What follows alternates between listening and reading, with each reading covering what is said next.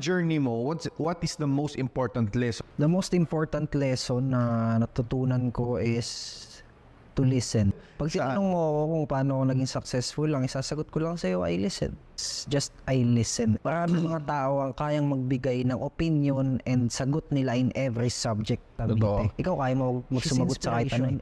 Pero ako, pinaparinggan ko lang yung taong expert in a field kung saan ko kailangan makinig. Tapos tinaasan ko yung teachability index ko to 10. So pag nakikinig ako sagad talaga, pasok sa kaliwa, pasok sa kanan, wala nang labasan. No makinig. Teachability ko, tinaasa ko yung teachability index ko from 0 to 10.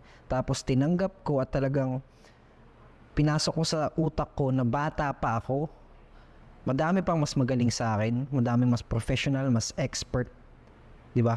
Kaya sila yung papakinggan ko. So tingin ko din bro, kaya mas mabilis ko na navigate yung life, through life kasi